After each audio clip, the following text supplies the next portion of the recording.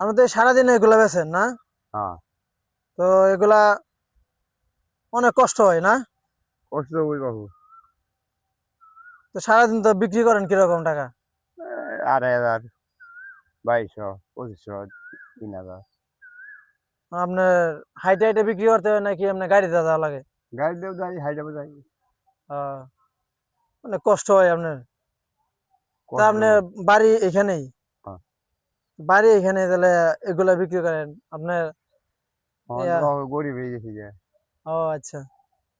চাচাটা হয়েছে গরিব, এগুলা বিক্রি করে। তো চাচার বয়সও তো এরকম একটা ভালো না। সবাই চাচার জন্য দোয়া করবেন যে আল্লাহ তালা যাতে নেক হায়াত দান করে ভালোভাবে ব্যবসাটা করতে পারে।